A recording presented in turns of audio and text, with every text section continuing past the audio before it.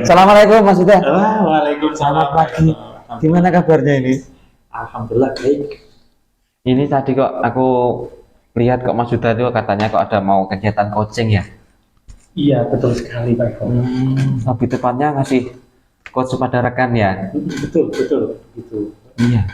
Ini saya amati kok dari yang saya lihat itu kok kita kalau menggunakan rubrik ketika melakukan coaching sepertinya lebih tepat ya. Jadi dari yang saya pahami di sini karena saya coba untuk melakukan sedikit supervisi sama Mas Yuda terkait dengan coaching ini nanti akan berjalan lancar. Ini saya ingin boleh tanya-tanya sedikit ya? Iya, sangat boleh. Banyak boleh. Boleh.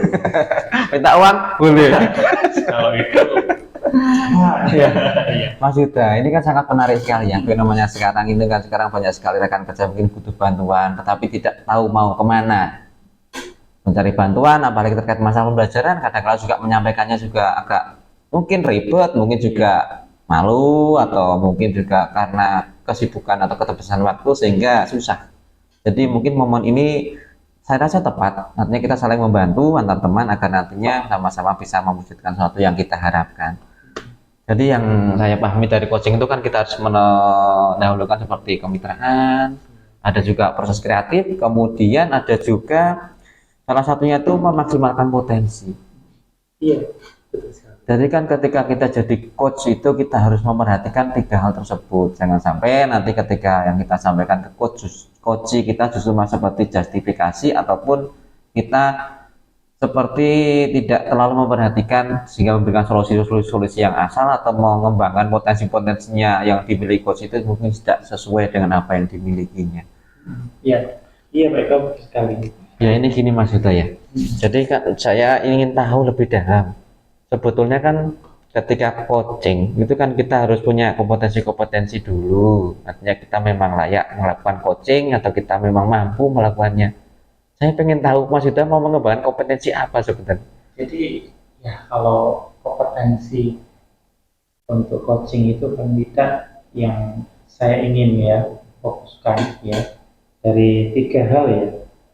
Dari 3 hal itu ya terkait yang ingin saya maksimalkan di bagian mendengarkan dengan aktif gitu, Eko.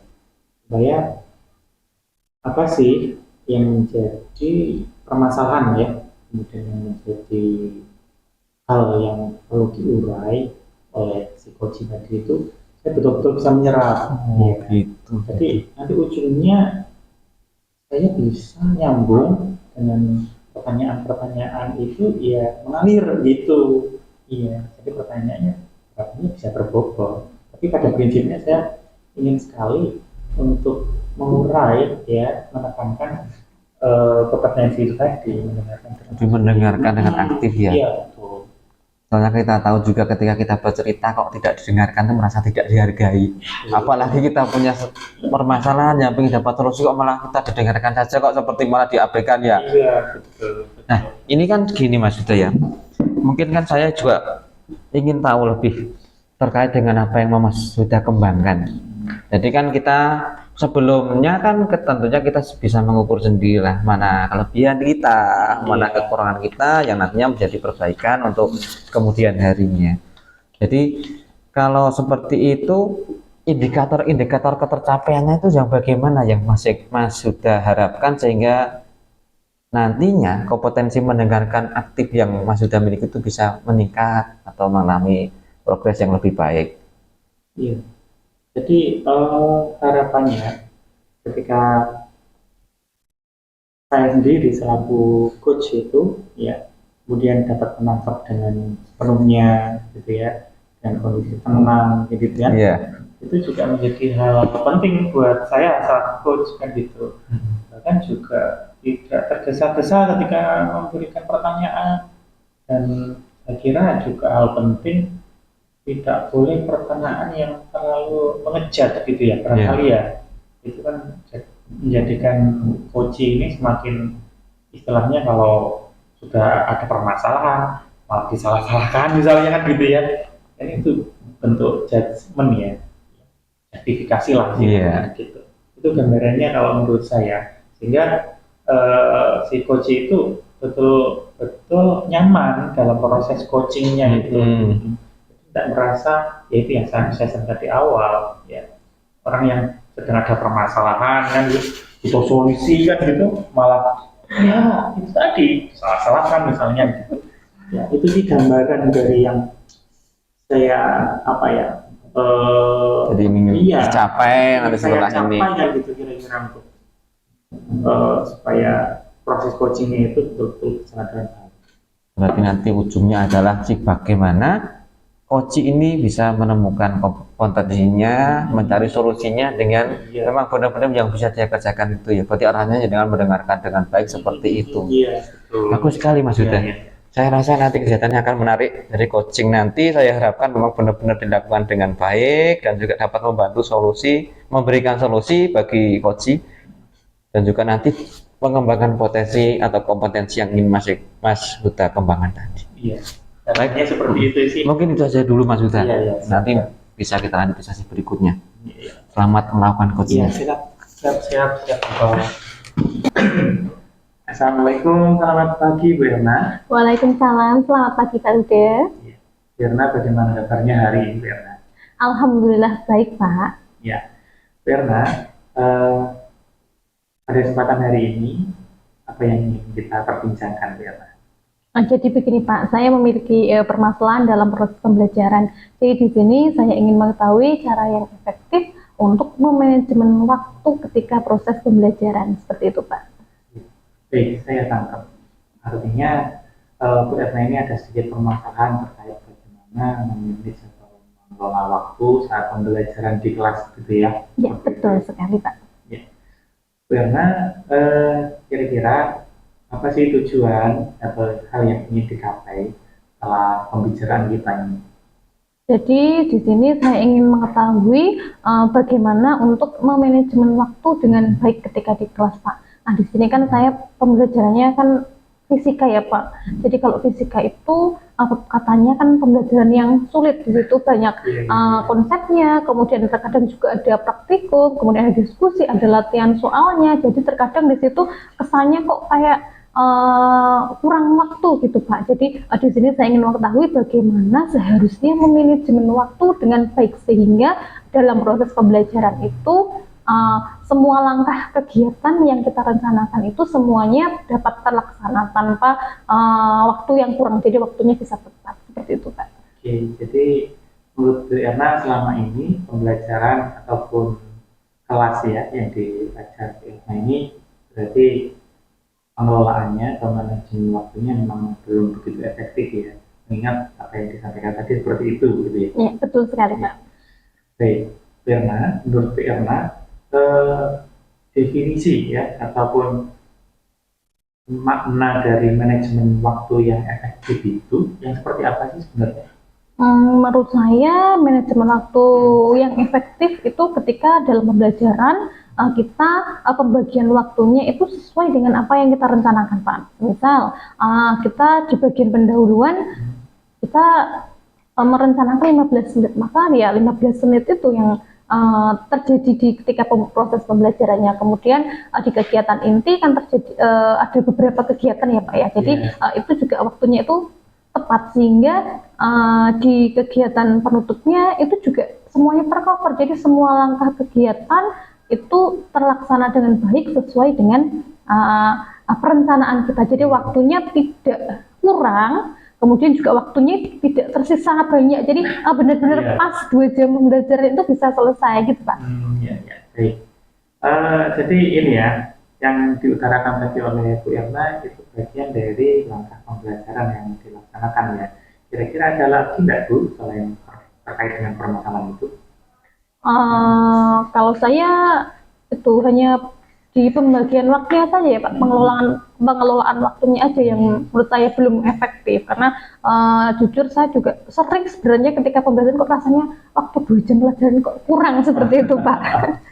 Oh iya, jadi rasa-rasanya gitu ya. Iya betul. Iya, jadi selama mengajar itu kok mungkin bisa cepat atau bagaimana sehingga 2 jam itu kok begitu berlalu ya.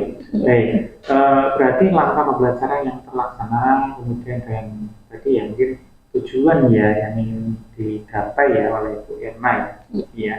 Lalu kira-kira dari kedua hal tersebut ya Bu Erna ya, mana yang kemudian ingin dilakukan gitu oleh Bu Erna itu? Kalau idealnya ya proses pembelajarannya semuanya bisa tercover, terlaksana dengan baik, dan tujuan pembelajaran yang diharapkan pun juga tercapai gitu ya Pak ya. Baik. Jadi intinya ya idealnya keduanya ya. Iya betul. Terlaksana dengan sebaik-baiknya. Ya. Lalu menurut Bu Erna sendiri, agar kedua hal tersebut itu dapat tercapai ya, apa langkah-langkah mungkin yang akan Bu Erna lakukan? Mungkin saya bisa meninjau kembali modul ajar yang saya buat sebelumnya ya Pak. Kan biasanya kan kita di awal tahun pembelajaran itu kan kita membuat modul ajar gitu ya Pak ya. Nah mungkin di sini saya juga akan meninjau kembali modul ajar tersebut. Apakah capaian pembelajarannya, kemudian tujuan pembelajaran itu sudah sesuai, kemudian cakupan materinya juga sesuai tidak dengan tujuan pembelajarannya, dan ketika kalau diajarkan dalam waktu 2 jam pembelajaran itu agar cukup. Kan terkadang kalau guru kan sukanya agak teruskan gitu ya Pak ya. Jadi mungkin kan karena materinya harus selesai segini. Nah mungkin di sini saya juga akan meninjau kembali cakupan materinya, apakah bisa selesai di 2 jam pembelajaran itu atau tidak. Kemudian juga saya akan meninjau tentang perencanaan alokasi waktunya. Jadi kan kalau di modul ajar itu kan di langkah kegiatan pembelajaran ada alokasi waktu di masing-masing kegiatan. Nah di situ saya juga akan meninjau, misal di pendahuluan bisa dalam 10 menit ya, maka 10 menit jangan 15 menit. Kemudian mungkin di kegiatan inti di sini kan banyak ya Pak kegiatan inti itu. Nah mungkin ketika praktikum ataupun diskusi itu mungkin akan saya sesuaikan lagi waktunya agar lebih banyak. Sedangkan untuk bagian lain seperti yang menyimpulkan, refleksi, mungkin itu bisa lebih sedikit. Jadi penyesuaian kembali waktunya kira-kira yang 2 jam pembelajaran semuanya memang bisa tercover seperti itu Pak. Iya, baik. Jadi itu ide yang sangat bagus karena ya di awal Rena akan meninjau kembali tadi modul ajar ya, ajar kemudian capaiannya, materi yang ada di dalamnya, dan juga tujuan pembelajaran tadi ya, serta bagaimana mengelola alokasi waktu tadi ya di kelas ya, supaya kegiatan yang seyogianya sesuai dengan waktu-waktu yang tersedia ya, seperti itu. Oke. Kemudian Bu Erna dari segi persiapan itu kalau Bu Erna sendiri seperti apa? Ya, itu kan dari segi persiapan ya, betul ya? Iya betul, yang tadi persiapan betul. Oke ya ya. Kemudian untuk saat proses pembelajaran ya, kira-kira Bu Erna akan melakukan manajemen waktunya yang seperti apa sih yang direncanakan? Mungkin kalau di proses pembelajarannya saya akan melibatkan anak-anak juga Pak untuk mengingatkan saya akan waktu pembelajarannya seperti itu mungkin ya Pak ya? Iya, iya, iya. Jadi ada keterlibatan anak ya, untuk mengingatkan ya, betul. Seperti itu.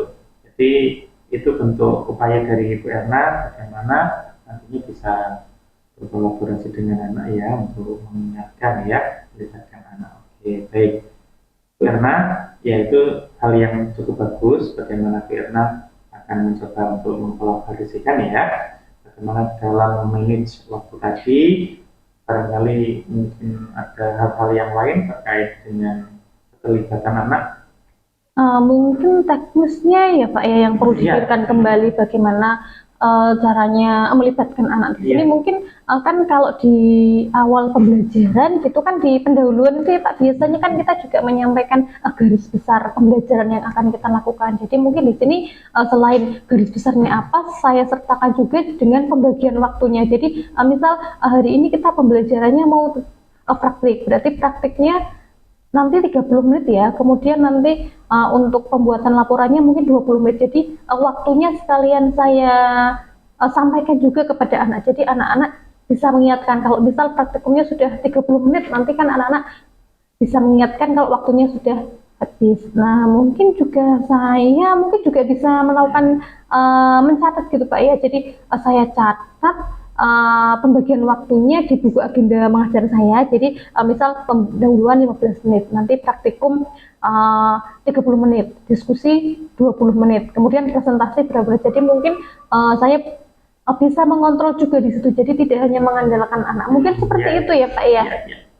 Ya, bagus sekali ya. Sekali lagi, jadi selain Bu Erna itu ada catatan tersendiri ya terkait dengan untuk waktunya, untuk mengetahui itu ada catatan waktunya, juga melibatkan anak, beratnya sebagai timekeepernya begitu ya. Betul. Ya. Bu, ini sudah hampir selesai dan seterusnya, sehingga tidak akan muncul lagi istilahnya kelebihan atau kurang ya seperti itu.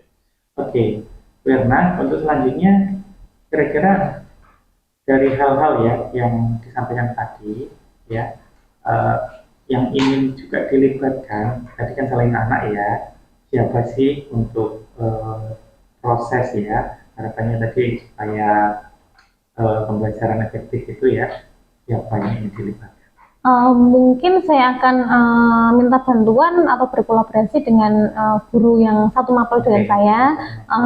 Di sini saya kebetulan di SMA itu guru fisikanya hanya 2, berarti yang bisa saya libatkan kan hanya beliau ya. Itu ada Pak Salaf namanya Pak. Jadi Pak Salaf kan juga ketika saya meninjau ulang modul ajar, beliau juga nanti bisa membantu apakah yang sudah saya tinjau ulang, sudah saya revisi, memang sudah sesuai atau belum. Jadi seperti itu juga. Mungkin nanti juga bisa mengingatkan juga ketika nanti saya mau masuk ke dalam kelas, berarti pembagian waktunya tolong dicatat dulu. Nah, mungkin juga bisa mengingatkan seperti itu, Pak. Iya. Ini luar biasa ini ya, yang ingin dikerjakan Bu Erna ya. Jadi ada keterlibatan oleh guru rekan sejawat ya, guru satu mapel, Pak Salaf tadi ya. Betul. Ya. Itu juga hal yang penting barangkali ketika juga berkolaborasi dengan rekan sejawat ya untuk mengingatkan gitu. Oke Bu Erna, kita mungkin di hampir penghujung pembicaraan kita ya. Kira-kira dari Bu Erna apa yang dapat disimpulkan dari apa yang kita bicarakan ya? Iya Pak. Hari ini. Dari pembicaraan ini saya mendapatkan ide ya Pak, yang tadinya saya bingung ini bagaimana ya caranya manajemen waktu dalam pembelajaran agar efektif. Nah, dari pembicaraan ini saya mendapatkan ide yang pertama untuk meninjau kembali modul ajar yang sudah saya buat. Jadi termasuk capaian pembelajarannya, cakupan materi pembelajarannya sampai mana, kemudian sampai alokasi waktunya. Kemudian untuk proses pembelajarannya ketika kita mengajar itu berarti selain saya mencatat pembagian waktu tiap langkah kegiatan, juga saya akan melibatkan anak untuk mengingatkan saya dalam pembelajaran, waktunya sudah selesai kurang berapa menit. Nah, itu juga tentunya akan membantu saya Pak. Seperti itu mungkin ya Pak ya. Iya, ya baik. Semoga dari apa yang direncanakan, harapan-harapan ya yang akan dilaksanakan nantinya semoga tercapai dan sesuai dengan apa yang diinginkan oleh Bu Erna sendiri ya. Ya, semoga kedepannya dalam pembelajaran betul-betul menjadi pembelajaran yang kira-kira seperti itu ya Bu Erna ya? Iya Pak. Baik. Ya, terima kasih ya Pak Uda. Iya, sama-sama Bu Erna. Sampai ketemu di kesempatan yang lain Bu Erna. Ya. Assalamualaikum. Waalaikumsalam.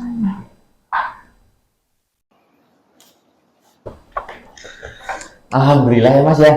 Tadi coachingnya lancar sekali. Iya. Saya dengar juga apa yang Mas sudah khawatirkan soal tadi masalah mendengarkan cara aktif itu kompetensi yang menurut Mas Yuda masih kurang, saya tidak terlihat. Dan saya rasa apa yang jenengan sampaikan terkait dengan tahap-tahapan sebagai coach, tadi coaching itu merasa benar-benar nyaman ketika dia itu bisa bercerita, bahkan sampai menemukan solusi sendiri. Ya, alhamdulillah berarti ya Pak Eko ya. Ya, ini bagian dari upaya saya ya ketika proses coaching itu ya berusaha untuk memaksimalkan dengan mendengarkan sepenuhnya lah istilahnya apa yang menjadi keluhannya, permasalahannya itu. Gitu Pak Eko. Iya. Sangat luar biasa. Menurut pengamatan saya sebagai supervisor ya, tadi kan sudah sangat bagus sekali. Saya jadi penasaran. Apakah masih ada kompetensi lain yang mau Mas Yuda kembangkan? Tadi kan saya rasa Mas Yuda bilang saya itu masih belum yakin dengan kompetensi saya terkait mendengarkan baik. Buktinya tidak terlihat. Kalau yang lain gimana? Iya, ya mungkin karena kurang percaya diri saya bisa jadi ya tadi ya. Memang yang saya pikirkan memang perlu saya asah lagi sepertinya di bagian kompetensi pertanyaan berbobot. Ya, seperti itu. iya, jadi kalau tadi itu barangkali saya udah mendengarkan udah cukup, nah tinggal menguatkan lagi supaya pertanyaan-pertanyaan yang muncul dari saya itu memang berbobot dan semakin menggali lagi ya apa yang menjadi permasalahan, barangkali nanti menemukan solusi yang lebih efektif kan gitu. Ya, kalau saya lihat juga itu mungkin salah satu kompetensi yang sangat penting ya. Jangan bagaimana Mas Huda menggali dari permasalahan si coach, akhirnya coach bisa memunculkan potensinya, bahkan sampai menemukan solusinya sendiri itu. Dan tadi juga sebenarnya sudah terlihat kalau saya pikir. Jadi mungkin yang Mas sudah khawatirkan soal hal tersebut yang mungkin perasaan Mas sudah saja. Iya bisa jadi, bisa jadi. Iya. Jadi yang sudah sangat luar biasa juga saya pahami dari apa yang jenengan tadi perlihatkan ketika melakukan coaching itu benar-benar menerapkan alur tirta dengan baik. Jadi benar-benar apa yang sudah kita pelajari bersama itu menjadi suatu implementasi di lapangan yang benar-benar bisa dipraktikkan oleh manusia sendiri. Apalagi saya lihat tadi respon coachingnya itu juga selain nyaman, dia itu benar-benar fokus pada apa yang dia bicarakan, tidak kemana-mana. Artinya kan memang apa yang jenengan sampaikan dari Mas Huda tadi terkait dengan pertanyaan-pertanyaan yang berbobot, mungkin bisa lebih ditekankan lagi ke hal-hal yang mungkin menjadi permasalahan coaching, sehingga coaching itu tidak merasa pertanyaan itu malah menyulitkan. Ya, coach itu pengennya kan bertanya sebenarnya untuk mendapatkan jawaban bagaimana, apakah saya itu mau melakukan ini itu baik atau kurang seperti apa. Ya gitu ya. Jadi semakin menggali untuk kemampuan saya sendiri supaya kedepannya dan saya bisa tingkatkan barangkali untuk pertemuan ataupun proses coaching berikutnya begitu ya Pak Eko ya. Saya rasa seperti itu Mas Huda. Artinya kan ini kegiatan baik. Ya mungkin ini permulaan. Iya. Tapi kan namanya hal baik itu harus dimulai, kemudian bisa kita lanjutkan apalagi mungkin bisa kita tularkan pada teman-teman yang lain. Jadi kalau sudah seperti itu nanti kan akan bersinergi antara kita, teman rekan sejawat atau bahkan mungkin bukan hanya dari satu sekolah saja. Harapannya yang sudah Mas Huda lakukan dengan baik tadi bisa menjadi inspirasi bagi rekan-rekan sejawat yang lainnya. Sebenarnya kalau inspirasi terlalu berlebihan ya, tapi mungkin dari awalan ini ya saya mulai start ini ya semoga kedepannya jauh menjadi lebih baik lagi lah. Amin. Terima kasih banyak ya Pak ya. Itu saja mungkin Mas Huda ya. Supervisi kali ini mungkin sudah saya laksanakan dan apa yang saya lihat menunjukkan suatu hal yang menurut saya suatu kemajuan juga bagi kita. Artinya kegiatan yang baik mari kita laksanakan bersama, kita terapkan bersama, terlebih lagi untuk memajukan pendidikan. Atas perhatiannya saya juga terima kasih Mas. Sampai ketemu di sesi supervisi dan coaching berikutnya. Iya siap, sama-sama.